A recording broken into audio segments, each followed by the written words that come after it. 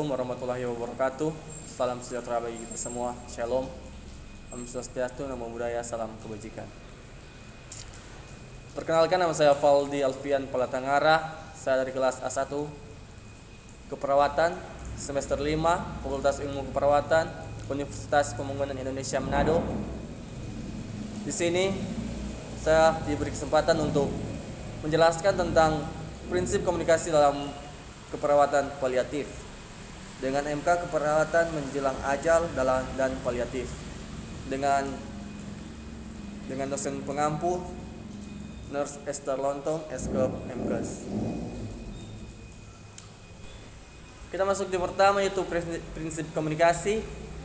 Definisi komunikasi: istilah komunikasi atau communication berasal dari bahasa Latin, yaitu communicatus, yang artinya berbagi atau menjadi milik bersama. Dengan demikian, komunikasi menunjuk pada suatu upaya yang bertujuan berbagi untuk mencapai kebersamaan. Komunikasi dapat diartikan suatu proses pertukaran informasi di antara individu melalui sistem lambang-lambang, tanda-tanda, atau tingkah laku. Menurut Riswandi 2010, proses komunikasi merupakan aktivitas yang mendasar bagi manusia sebagai makhluk sosial. Setiap komunikasi diawali dengan adanya stimulus yang masuk pada diri individu yang ditangkap melalui panca indera. Stimulus diolah di otak dengan pengetahuan, pengalaman, selera, dan iman yang dimiliki individu. Dan ada juga definisi perawatan paliatif atau palliative care. Perawatan paliatif adalah pendekatan yang bertujuan meningkatkan kualitas hidup pasien, baik dewasa atau anak-anak dan keluarga, dalam menghadapi penyakit yang mengancam jiwa, dengan cara meringankan penderita rasa sakit melalui identifikasi dini, pengkajian yang sempurna, dan penaklalaksanaan nyeri serta masalah lain, baik fisik, psikologi, sosial, dan spiritual. Ini menurut WHO 2016. Di sini ada berbagai macam perawatan paliatif, yaitu perawatan paliatif bertujuan untuk membantu pasien yang sudah mendekati ajalnya agar pasien aktif dan dapat bertahan hidup selama mungkin.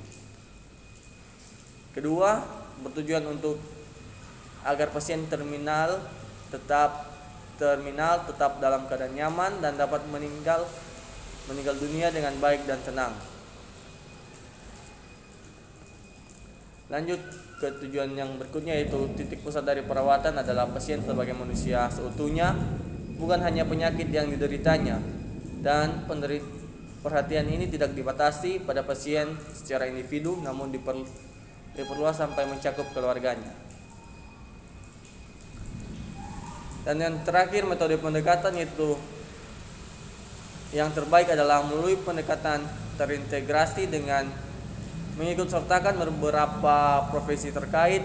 Dengan demikian, pelayanan pada pasien diberikan secara paripurna hingga meliputi segi fisik, mental, sosial, dan spiritual.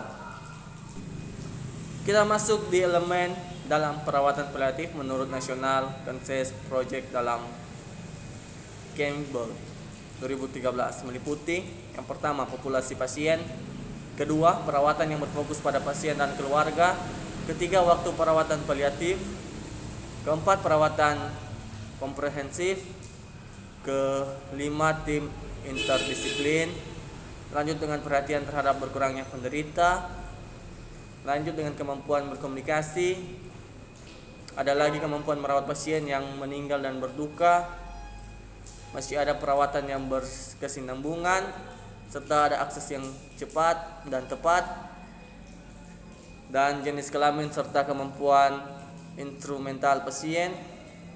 Ada juga hambatan pengaturan, yaitu perawatan paliatif seharusnya mencakup pembuat kebijakan, pelaksanaan undang-undang, dan pengaturan yang dapat mewujudkan lingkungan klinis dan optimal.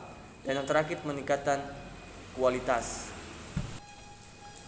Kita lanjut dengan beberapa pola dasar yang ditekankan oleh Organisasi Kesehatan Dunia atau WHO pada pelayanan paliatif, yang berpijak pada 6 pola, yaitu pola yang pertama, meningkatkan kualitas hidup, menganggap kematian sebagai proses yang normal.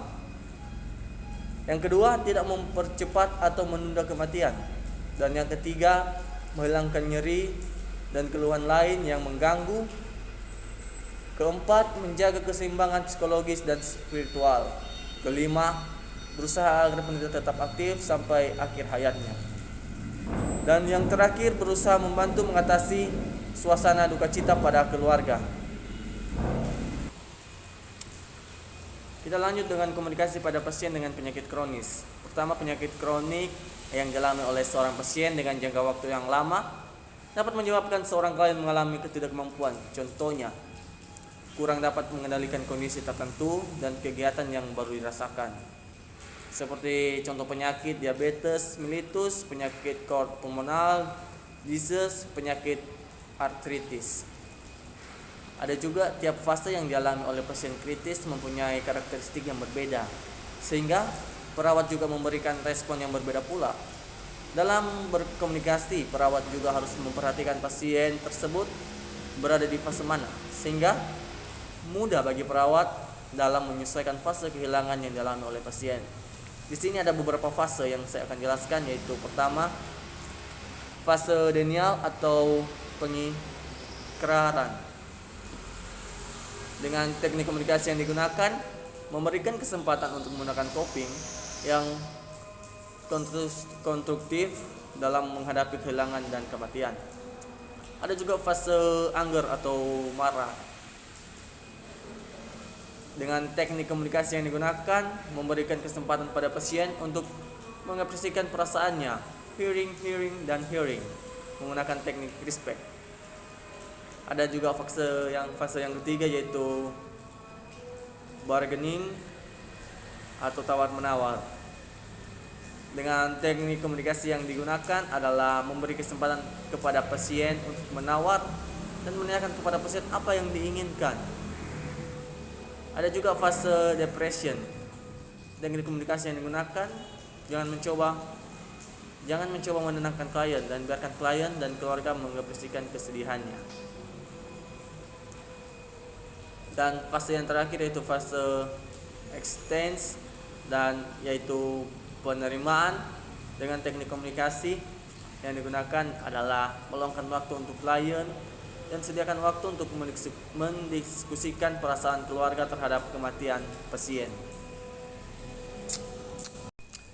Karena tadi kita sudah membahas komunikasi pada pasien dengan penyakit kronik, di sini ada juga komunikasi pada pasien yang tidak sadar. Yaitu komunikasi dengan pasien tidak sadar merupakan suatu komunikasi dengan menggunakan teknik komunikasi khusus atau terapeutik, dikarenakan fungsi sensorik dan motorik pasien mengalami penurunan sehingga seringkali stimulus dari luar tidak dapat diterima oleh pasien dan klien tidak dapat merespon kembali stimulus tersebut. Kedua, fungsi komunikasi dengan pasien tidak sadar. Pertama, mengendalikan perilaku. Kedua, memperkembangkan motivasi. Ada juga yang ketiga, pengungkapan emosional. Dan yang terakhir, informasi. Terakhir yaitu prinsip-prinsip berkomunikasi dengan pasien yang tidak sadar. Menurut Fatasyu 2010, pada saat berkomunikasi dengan klien yang tidak sadar, hal-hal berikut perlu diperhatikan. Hal yang pertama, berhati-hati melakukan pembicaraan verbal di dekat klien, karena ada keyakinan bahwa organ pendengaran merupakan organ terakhir yang mengalami penurunan penerimaan. Rangsangan pada klien yang tidak sadar seringkali dapat mendengar suara dari lingkungan walaupun klien tidak mampu meresponnya sama sekali. Ada juga yang berikut, yaitu ambil asumsi bahwa klien dapat mendengar pembicaraan perawat. Usahakan mengucapkan kata yang menggunakan nada normal dan memperhatikan materi ucapan yang perawat sampaikan dekat klien. Ada juga yang ketiga, yaitu ucapkan kata-kata sebelum menyentuh klien. Sentuhan diyakini dapat menjadi salah satu bentuk komunikasi yang sangat efektif pada klien dengan penurunan kesadaran.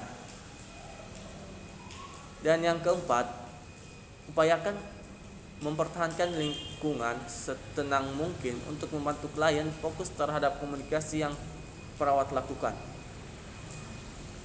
Sampai di sini hasil presentasi dari saya Valdi Alfian Pelatangara dengan NIM 1914 2010 003. Saya mengucapkan terima kasih.